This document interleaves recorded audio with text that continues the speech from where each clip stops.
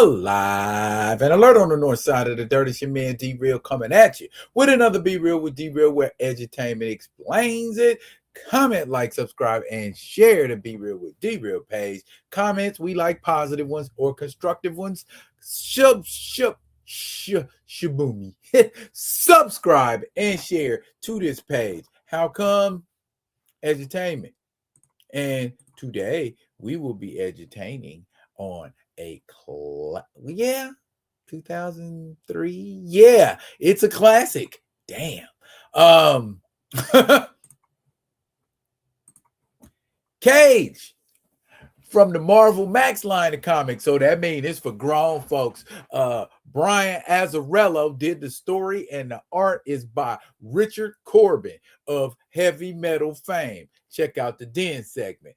Anyway, we get right to it. It's Harlem.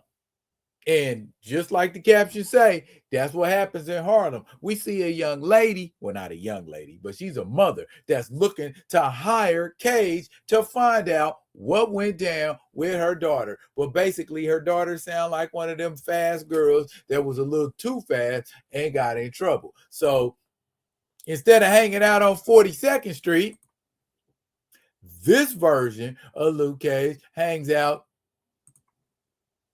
Yeah, and because this is a Max comic, that's about the cleanest image I can show you of Luke Cage's hangout. But anyway,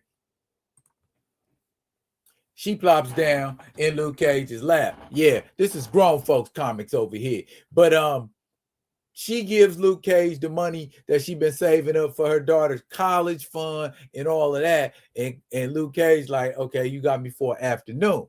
And he goes out on the basketball court and he want to know what's going down with this young lady.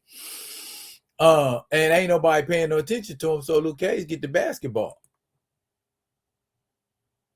and pops that joint with his bare hands. Okay.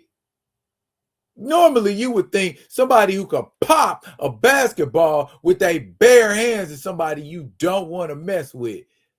Not this cat. He mad about it too. And my man got slapped up and snapped up. And his boy got clapped up too. And Luke Cage left him laid out. And Luke Cage left him laid out like that. So he decided he want to go to the local bar and get his info.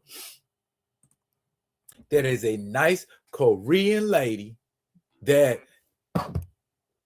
runs the bar. And so Luke is able to ease up, holler at her, and get a little information. Later on, we find out Miss Korean lady ain't so bad looking. But we'll get to all of that later on. Luke Cage finds out the bar right across the street, or not the bar, but the restaurant, and it's full of, but the Vincenzo, we over here at Vesuvius, huh? Yeah, just like that. And Luke goes out and lets his presence be known, big buff black guy staring at y'all, and he goes back inside. But when he goes back inside, look like New York's finest got some things they want to discuss with Mr. Lucas. And that takes us straight into issue 2. So we got a dirty Carl Winslow running up on this version of Luke Cage. But Luke Cage know how to talk to dirty cops. He buys him a drink and they sit down and chop it up. And he's like, who's the biggest drug dealers in town? I know you know. And he lets him know. One is Tombstone Lincoln. Not that Tombstone. And the other one is Hammer. Not that Hammer. This Hammer.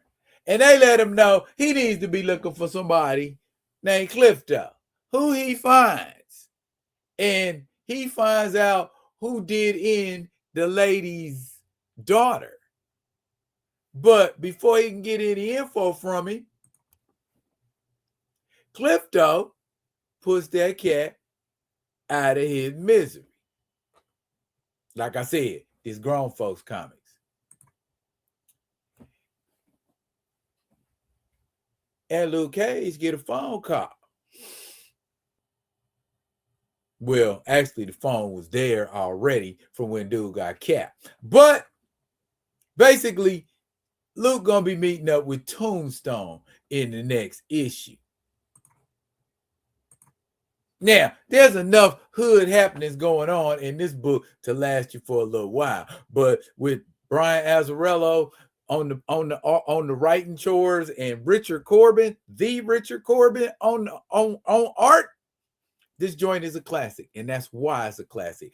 I'll be bringing you 3, 4, and 5 tomorrow. That's it for now, but fret not. I'll be coming at you with another one of them others, and until I do, y'all be good. Be good to each other. Your man is sideways.